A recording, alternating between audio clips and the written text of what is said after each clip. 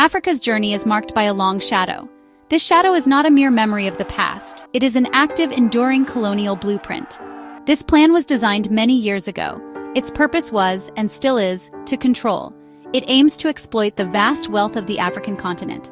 The architects of this blueprint understood power. They knew how to maintain influence even without direct rule.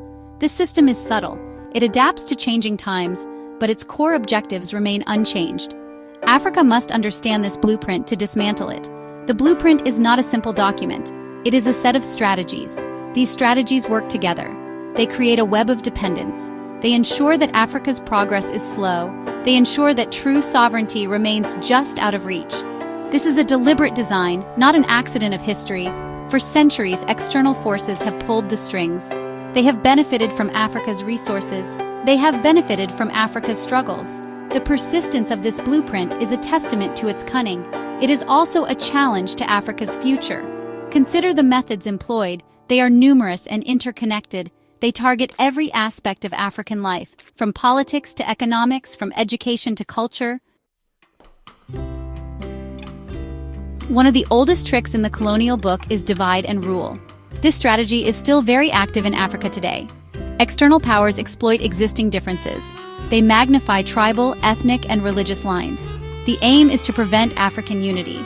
A united Africa would be too powerful. It would resist exploitation effectively. So divisions are carefully nurtured. Old wounds are reopened whenever signs of unity emerge. This keeps nations focused inward, on internal conflicts. It distracts from the larger, external manipulation. Separatist groups often find mysterious funding. Contested borders are left to simmer. These unresolved issues become flashpoints for conflict. Internal wars drain resources. They destroy infrastructure. They kill countless people. This chaos serves the interests of those who wish to control Africa. It makes it easier to extract resources. It makes it easier to install friendly regimes. The strategy ensures that progress is constantly undermined. Nations struggling with internal strife cannot build strong economies. They cannot assert their sovereignty effectively. This is a painful, ongoing reality for many. The colonial powers drew arbitrary borders. These borders often cut across ethnic groups. They also forced rival groups into single nations. This was a deliberate act. Another key strategy in the colonial blueprint is the manipulation of leadership. External powers work to elevate leaders who serve foreign agendas. They prefer leaders who prioritize external interests over the needs of their own people. These compliant leaders become puppets. They allow the continued exploitation of their nations. They sign away resources for personal gain. They suppress dissent to maintain their grip on power. This ensures that the colonial blueprint remains operational. The true development of their countries is often a secondary concern, if a concern at all. Genuine Africa First leaders are a threat to this system. Leaders who envision a strong, independent Africa are targeted. They may face political sabotage. Their reputations might be systematically destroyed. In some tragic cases, they are removed through assassination. The goal is to kill their vision. It is to make an example of them. It is to discourage others from following their path. The message is clear: serve our interests or face the consequences. This has happened repeatedly throughout Africa's post-colonial history. The loss of such visionary leaders has been a profound setback for the continent. The result is a political landscape often dominated by corruption. When leaders are not accountable to their people, corruption thrives. The economic strategies of the colonial blueprint are designed for extraction. Africa is kept as a supplier of raw materials. Gold, oil, diamonds, cocoa, and rare earth minerals flow out of the continent. These resources are sold cheaply. They fuel industries in other parts of the world. However, there is little effort to help Africa develop its own refining capacity. There is little support for building local industries. This ensures that Africa does not add value to its own resources. It remains at the bottom of the global economic ladder. This is a deliberate structure of dependency. When African nations attempt to build their own industries, they face obstacles. They might find it hard to get investment. They might face unfair trade practices. Sometimes countries that try to chart an independent economic course are destabilized. They might be drowned in debt through predatory loans. Their currencies might be devalued. In extreme cases, civil wars are ignited to disrupt their progress. The message is clear: Do not challenge the established economic order. This order benefits the powerful. Section 5. Minds in Bondage. The Weaponization of Education. Education is a powerful tool. It can liberate minds. It can inspire critical thinking. It can empower people to build a better future. The colonial blueprint understands this very well. That is why education systems in many African countries have been deliberately sabotaged. The aim is often to teach obedience, not critical inquiry. Students are taught to memorize facts. They are not encouraged to question or to innovate. This type of education produces followers, not leaders. It produces workers, not thinkers. It perpetuates a cycle of mental dependence. A key tactic is the erasure of African heroes in history. Curricula often downplay or ignore the achievements of African civilizations. They may gloss over the brutalities of colonialism. Sometimes they even glorify the oppressors. African culture, languages, and traditions are presented as inferior. This creates a sense of shame and inadequacy. Students grow up without a strong sense of identity. They grow up without pride in their heritage.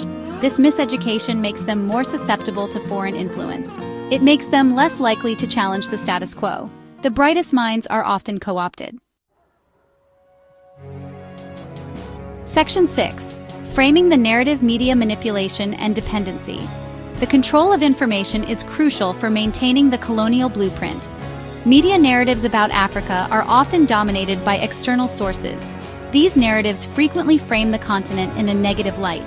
Africa is portrayed as broken, chaotic, and violent. It is depicted as perpetually dependent on foreign aid and intervention. This constant stream of negative imagery shapes global perceptions. It also affects how Africans see themselves and their continent. It creates a sense of hopelessness. It undermines confidence in Africa's ability to manage its own affairs. African greatness and innovation are often minimized or ignored. When positive developments occur, they are sometimes credited to foreign partners or dismissed as mere luck. The stories of African resilience, creativity, and success struggle to find a wide audience. This biased reporting serves a clear purpose. It reinforces the idea that Africa needs saving from the outside. It justifies continued foreign interference. It makes it harder for Africa to attract fair investment and partnerships. The power of narrative is immense. It can shape reality if left unchallenged. This control extends to local media in some cases. Section 7. The Trojan Horse, Foreign Aid, and Military Entanglement. Foreign aid is often presented as an act of charity. It is portrayed as a helping hand extended to nations in need. However, it can also be a tool of the colonial blueprint. Loans and aid packages frequently come with conditions. These conditions can undermine national sovereignty. They can force countries to adopt policies that benefit foreign interests. They can lead to the privatization of essential services. They can open up markets to foreign corporations on unfavorable terms. This creates a culture of dependence. It offers enough to survive, but rarely enough to truly prosper and become self-sufficient. This aid can be used to claim strategic assets. Land, water resources, and even energy infrastructure can become collateral. Nations find themselves indebted. They lose control over their own economic destiny. The promise of development through aid often remains unfulfilled. Instead, countries become trapped in a cycle of borrowing. They become reliant on external assistance to meet basic needs. This dependency makes it difficult to pursue independent policies. Section 8. Sparks of Resistance. The Rise of Sovereign Voices. Despite the enduring colonial blueprint, Africa is not passive. There are growing sparks of resistance. New leaders and movements are emerging. They are challenging the old order. They are demanding true sovereignty and self-reliance. The Alliance of Sahel States is a significant example. Mali, Niger, and Burkina Faso formed this alliance in September 2023. Their goal is clear self-determination. They seek mutual defense against threats. They aim to break free from foreign intervention and economic control. This is a bold move. Leaders like Captain Ibrahim Traoré of Burkina Faso embody this new spirit. He focuses on reclaiming his nation's resources, particularly gold. He wants this wealth to benefit Burkina Faso's development. He champions infrastructure projects and self-reliance. He challenges the narrative that African poverty is inevitable. His stance and that of the Alliance of Sahel States has inspired hope. It is seen as a courageous fight for dignity and respect. These leaders draw inspiration from past heroes like Thomas Sankara. They understand the price of true independence. Traoré himself has reportedly survived multiple assassination attempts. The Alliance of Sahel States nations have taken concrete steps. Section 9. The Unstoppable Dawn. Africa's Path to True Liberation. The path to Africa's true liberation is clear. It begins with understanding the colonial blueprint. This knowledge must be widespread. It must be taught in every school, in every home. Africans must recognize the strategies used to divide and exploit them. They must see how leadership is corrupted. They must understand how economies are kept fragile. They must grasp how education and media are manipulated. This awareness is the first shield against neo-colonialism. It empowers people to resist. It empowers them to demand change. Africa must reclaim its resources. The wealth of the continent must benefit its people first. This means renegotiating unfair contracts. It means building local industries to process raw materials. It means investing in science and technology. It requires an end to the illicit financial flows that drain billions from the continent each year. Strong, transparent governance is essential. Corruption must be fought relentlessly. Leaders who serve foreign masters must be rejected. Africa needs leaders who are accountable to their citizens, leaders who champion the interests of their nations. Education systems must be fortified and decolonized. They must instill pride in African heritage. They must foster critical thinking and innovation. Young Africans must learn about their true heroes. They must be inspired by figures like Patrice Lumumba, Thomas Sankara, and Kwame Nkrumah.